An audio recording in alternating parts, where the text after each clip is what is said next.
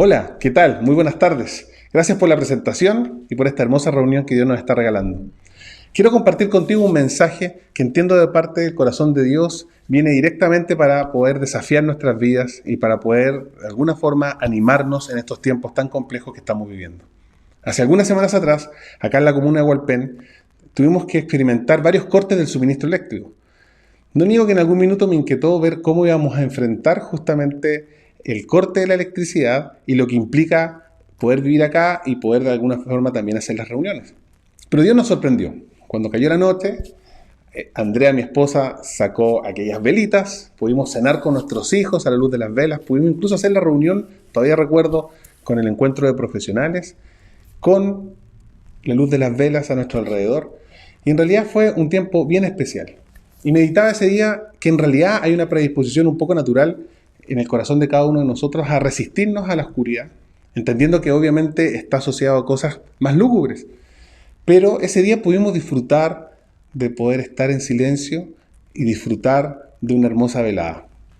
Eso me hacía meditar en un pasaje que quiero compartir el día de hoy contigo. Está en Isaías capítulo 43, versículo 3. Y lo voy a leer desde la versión NTV. Dice, te daré tesoros. El Señor está hablando de una promesa maravillosa. Te daré tesoros escondidos en la oscuridad, riquezas secretas, y lo haré para que sepas que yo soy el Señor, el Dios de Israel, el que te llama por tu nombre.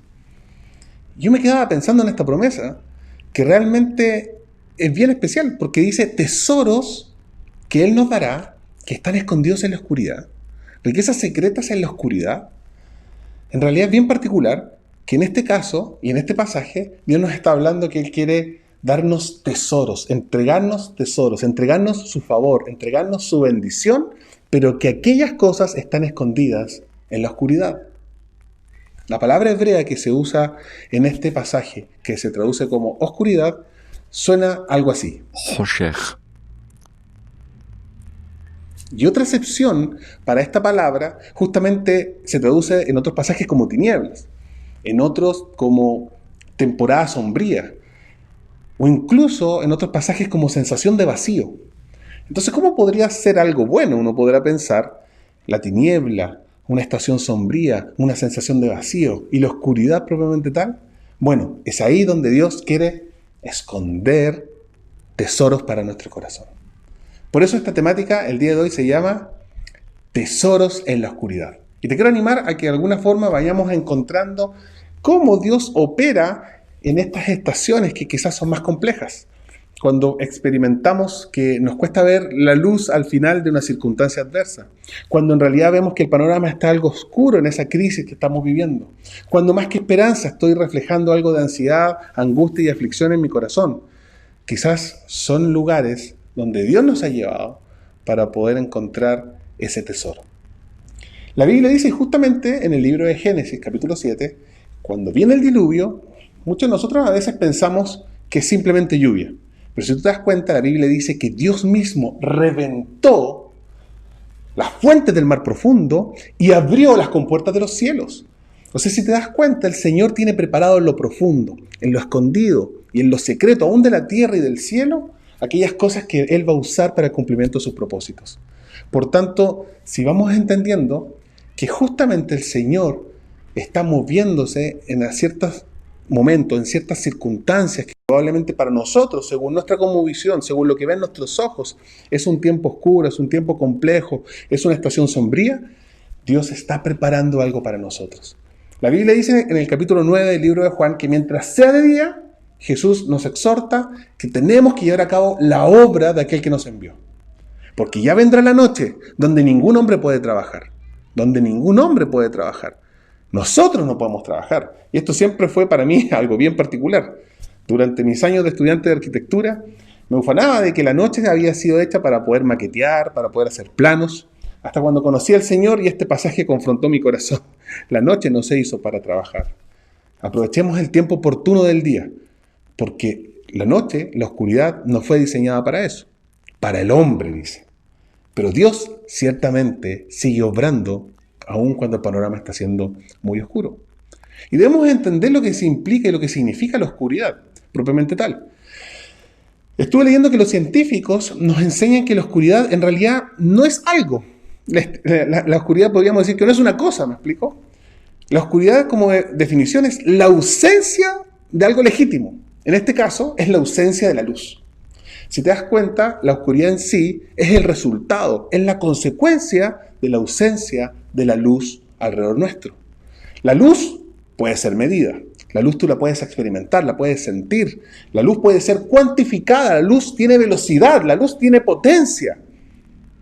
Pero si te das cuenta, no existe la velocidad de la oscuridad. No existe la potencia de la oscuridad. La oscuridad no la puedes medir en kilowatts. La oscuridad no la puedes medir en kilómetros por hora. La oscuridad en sí no tiene poder. La oscuridad en sí es la ausencia de algo legítimo. Entonces, cuando experimentamos esas temporadas en nuestras vidas, esas estaciones, como oscuridad, como cierto desazón, como que de alguna forma experimentamos que hay como tinieblas a nuestro alrededor, que no se ve claro el panorama, que en realidad no vemos ninguna salida, que de alguna forma nos empezamos a afligir, a angustiar, porque no vemos luz por ninguna parte. En realidad, si tú te das cuenta, en general esa sensación de vacío es por la ausencia de algo que probablemente tú estás esperando en Dios. Pero hoy día vamos a aprender que eso no es necesariamente algo negativo. Nuestra naturaleza en general busca la luz.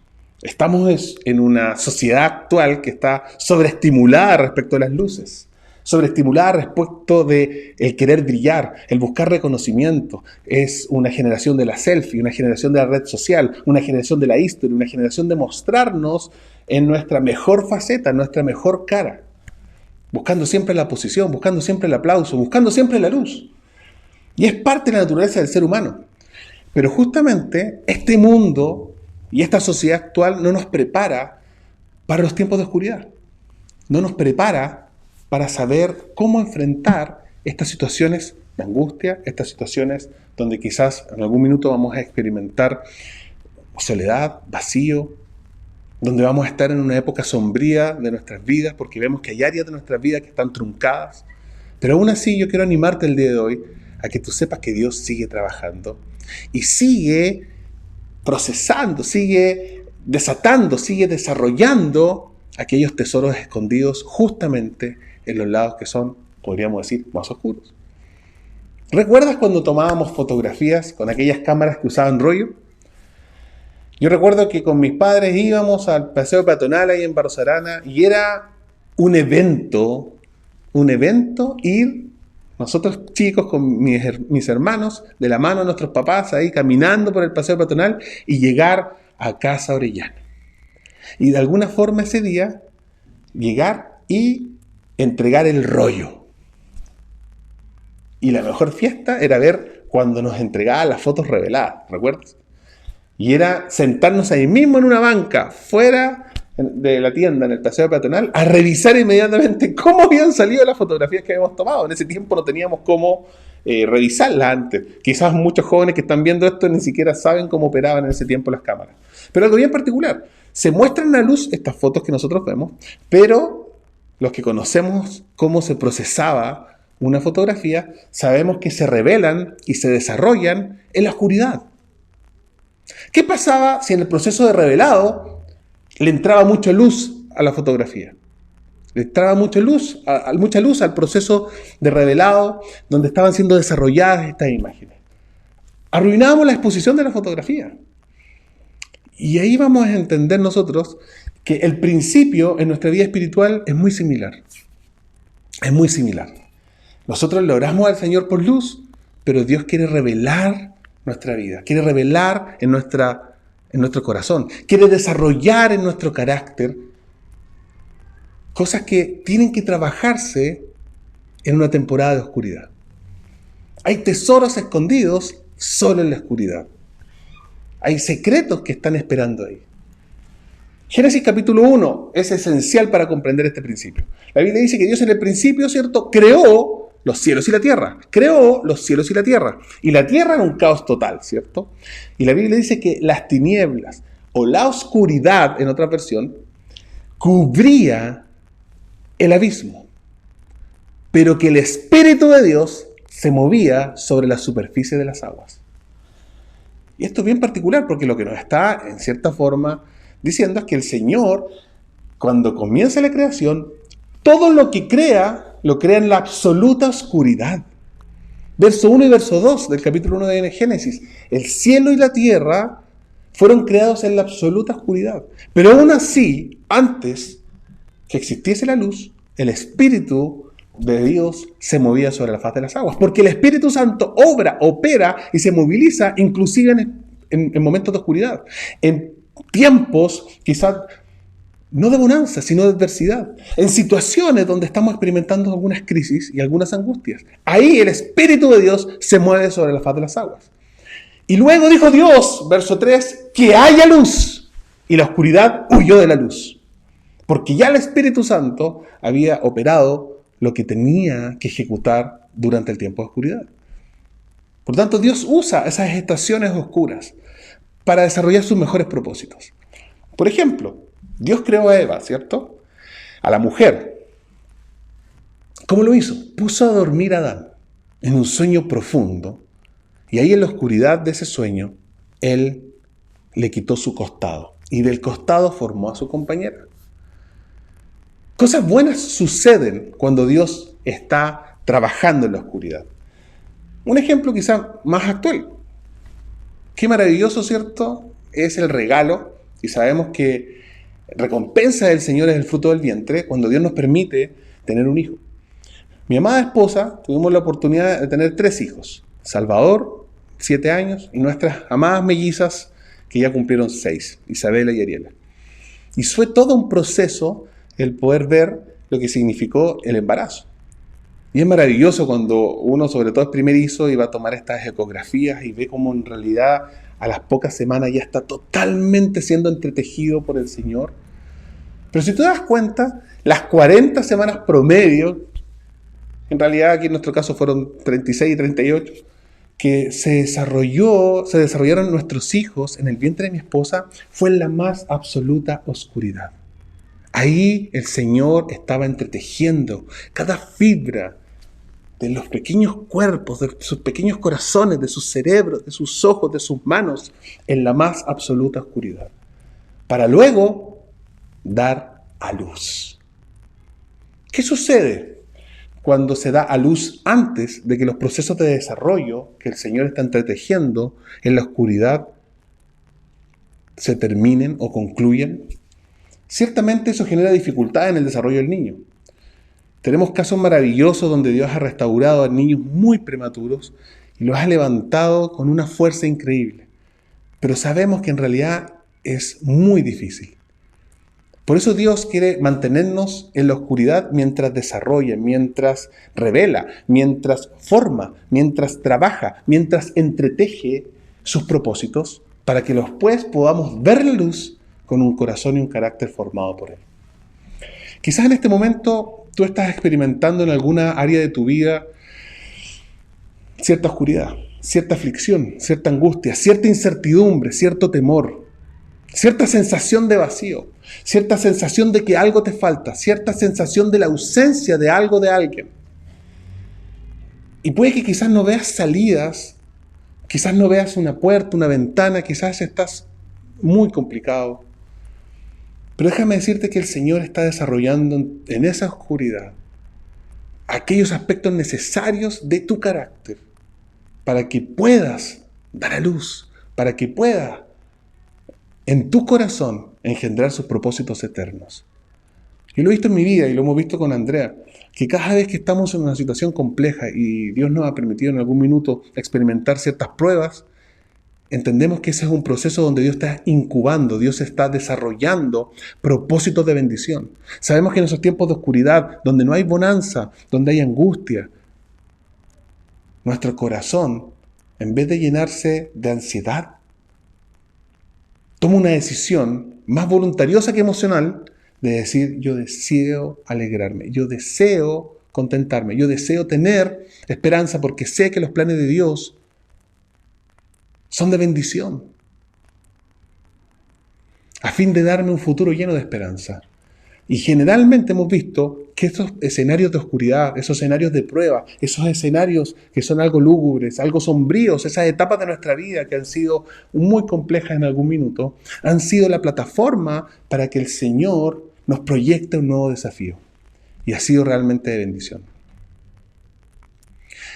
Vamos a explicar esto de una forma mucho más, quizás figurativa.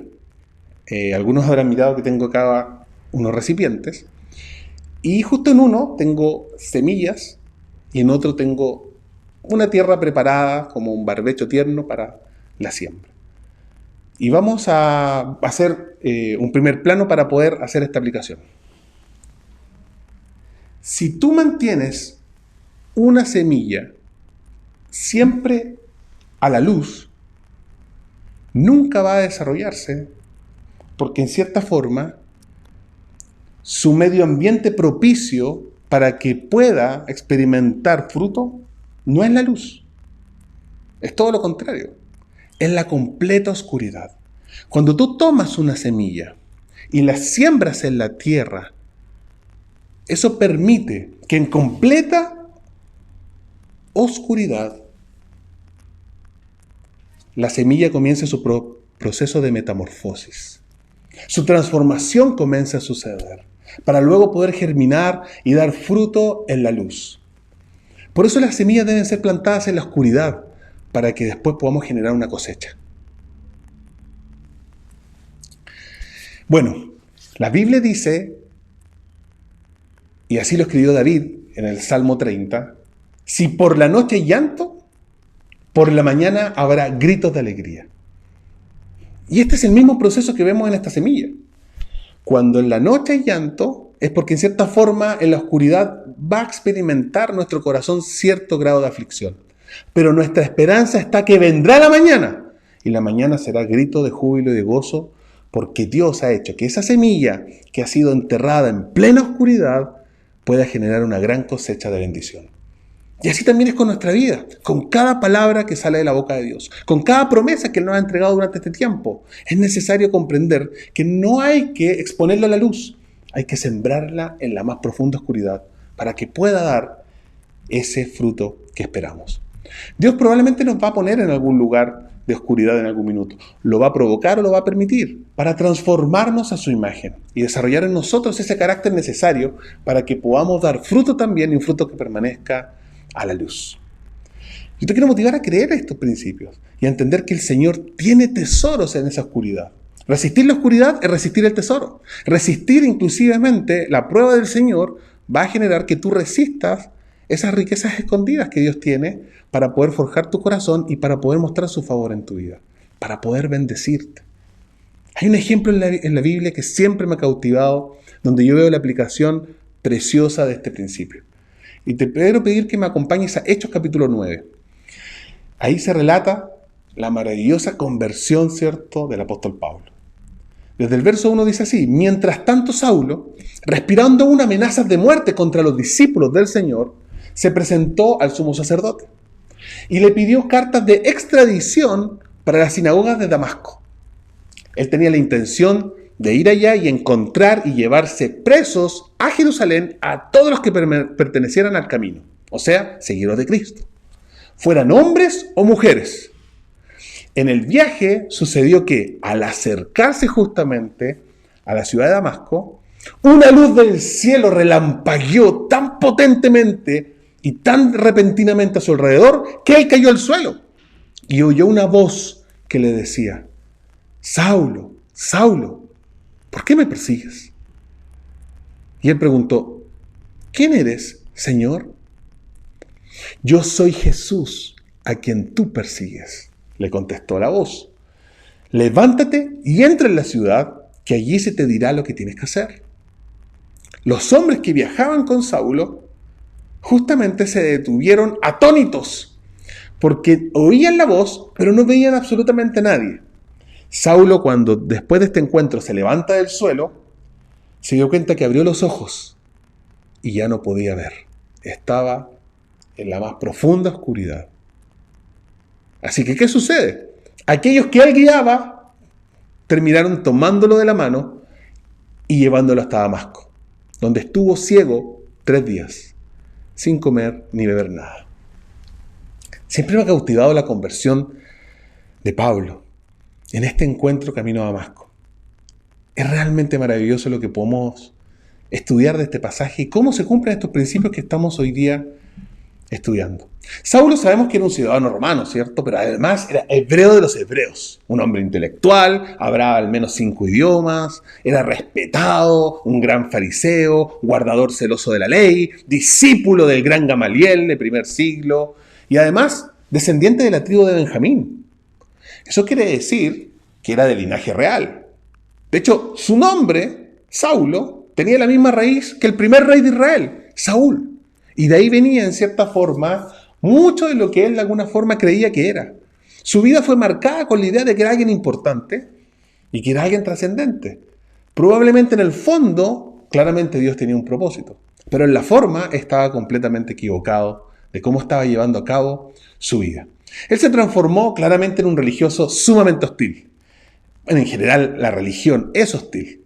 La religión es la que iniciaba la mayor cantidad de guerras, cacería y segregación en el mundo. Por eso es que Jesús, cuando viene a la tierra, no viene a presentar una religión. Él viene a presentar una relación. Él quiere que nos relacionemos con el Padre a través de Él. No viene a establecer ningún tipo de dogma humano o de criterios netamente religiosos. De hecho, si estudiamos los evangelios nos vamos a dar cuenta que los principales enemigos de Jesús siempre fueron los hombres religiosos. Religiosos como Saulo, que de alguna forma él tenía un celo tan profundo, no necesariamente por Dios, sino por la interpretación que tenían de la ley, que se dedicaba a cazar cristianos. Hoy por hoy, Pablo sería considerado un terrorista, probablemente estaría en todas las listas de Se Busca y tendríamos, a policías internacionales yendo detrás de él. Pero aún así, él creía que estaba haciendo la obra del Señor. Cuidado con eso. Es uno de los grandes riesgos que tiene la religión. Hacemos cosas más inspiradas por odio que por amor, y la religión te puede llevar a pensar que estás haciendo la obra de Dios. Pero puedes terminar como Pablo. Y Saulo fue llamado a hacer una nueva matanza a Damasco, a traer presos, ¿cierto? Y encadenados a Jerusalén a hombres y mujeres que estaban buscando al Señor en esa ciudad. Alrededor de él había una atmósfera de terror, que ciertamente vemos en el libro de los Hechos que los discípulos también compartían. Y él iba camino a Damasco con esta misión terrorista, odiosa, destructora, y creyendo que era la voluntad de Dios. Y Dios lo detiene. Qué maravilloso esto. Generalmente nosotros le damos gracias al Señor por lo que Él ha hecho por nuestras vidas, ¿cierto? Porque hemos visto sus milagros, hemos visto su amor, hemos visto su provisión, hemos visto su sanidad. Pero en general no le damos gracias al Señor por las cosas que Él detuvo que pueden haber afectado mi vida. ¿Qué tal te invito ahí en tu casa hoy día? Que te tomes un segundo y digas, gracias Señor por lo que has detenido en mi vida. Porque detuviste cuántas cosas que quizás yo no soy consciente que me podrían haber pasado. Quizás sí soy consciente de algunas. Yo siempre me he considerado el que soy el casi, por la gracia de Dios. El casi destruido, el casi asesinado, por las cosas que me tocaron vivir en algún minuto antes de conocer al Señor, el casi deprimido, el casi endeudado. Dios detuvo cientos de cosas en mi vida solo por amor, no por mérito alguno. Y hoy día le damos gracias al Señor por las cosas que Él detuvo. Pero volvamos a nuestra historia. Este Saulo tiene este encuentro. Y su primera pregunta es, ¿quién eres, Señor? ¿Quién eres? Y él dice, yo soy Jesús. Yo soy Jesús, a quien tú persigues. Ahora, esto me llamó profundamente la atención, porque si tú estudias la Biblia, te vas a dar cuenta que no hay ningún pasaje, al menos en el Nuevo Testamento, ¿cierto?, que nos manifieste que Saulo fue perseguidor de Jesús. Sabemos que perseguía a los cristianos después que Cristo ya había ascendido a los cielos, ¿cierto? Los discípulos habían empezado la gran comisión. Y ahí aparece Saulo en escena, pero nunca vemos a Saulo persiguiendo a Jesús. ¿Por qué crees tú que Jesús le dice a Saulo, yo soy Jesús a quien tú persigues? Y meditando en este pasaje, en realidad encontraba algo maravilloso. Eso quiere decir que cuando alguien nos persigue, que cuando alguien nos quiere atacar, Jesús lo toma personal. Jesús lo toma como algo personal. Si te atacaron a ti, me atacaron a mí. Si te atacaron a ti, Daniel, me atacaron a mí. Si te atacaron a ti ahí en tu casa, si te ofendieron, si te persiguieron, lo hicieron conmigo. Y yo voy delante de ti y muchas veces voy a detener aquella persecución como lo hice ese día con los cristianos de Damasco. Yo amo cómo Jesús aparece en esta escena. Como un gran relámpago de luz. Imagínense que tiene que ser una luz tan tremenda que era mucho más profunda que la luz del día. Saulo cayó al piso, imagínense este relámpago, y ciego estuvo 3 días. Ciego estuvo 3 días. Para Saulo, el panorama era oscuro. Para Saulo, ese encuentro cambió por completo todo lo que él pensaba de sí mismo, y se dio cuenta que en realidad ya su visión física, que había sido tocada, estaba siendo renovada por una visión espiritual en su corazón. Pablo estaba en Damasco, 3 días sin comer ni beber, y estaba oscuro. Pero no era el final, era el comienzo de la vida de Pablo. Quizás algún área de tu vida o de la mía están experimentando esa misma oscuridad. Están experimentando la ausencia de algo que incluso le hemos pedido al Señor. Pero déjame decirte ahí en tu casa, este no es el final. Este es el comienzo de algo fabuloso que Dios quiere hacer contigo y conmigo.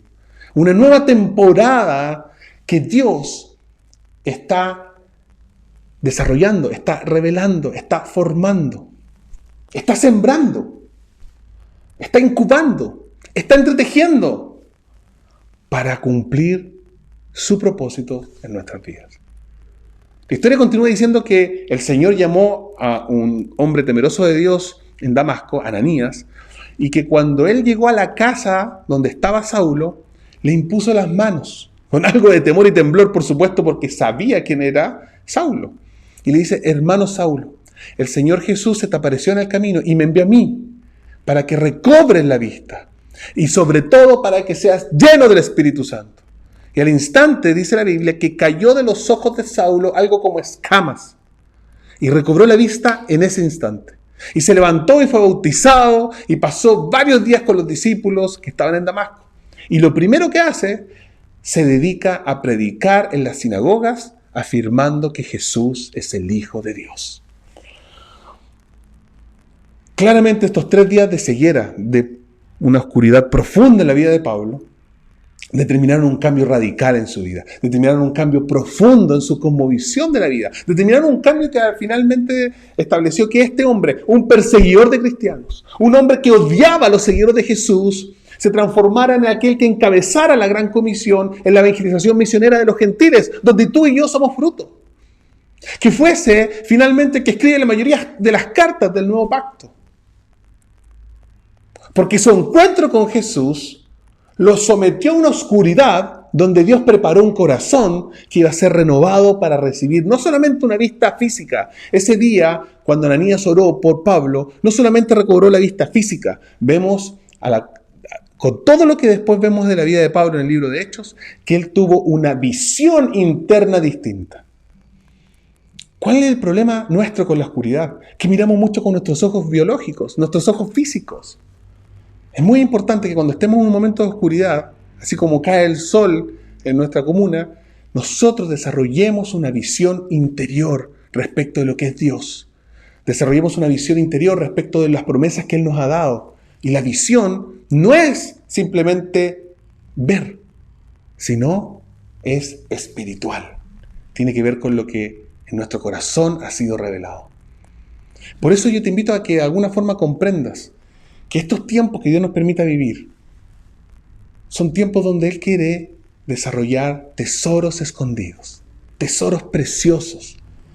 Por algo Pablo después termina diciéndole a la iglesia en Éfeso, pido al Señor que les sean iluminados los ojos del corazón, para que sepan a qué esperanza el Señor los llamó.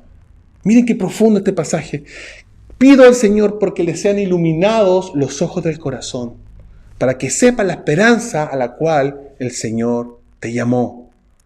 Por eso es muy importante que podamos comprender, hijo de Dios, que en los tiempos de oscuridad hay tesoros escondidos, hay tesoros preparados, hay riquezas ahí escondidas del Señor para nuestras vidas.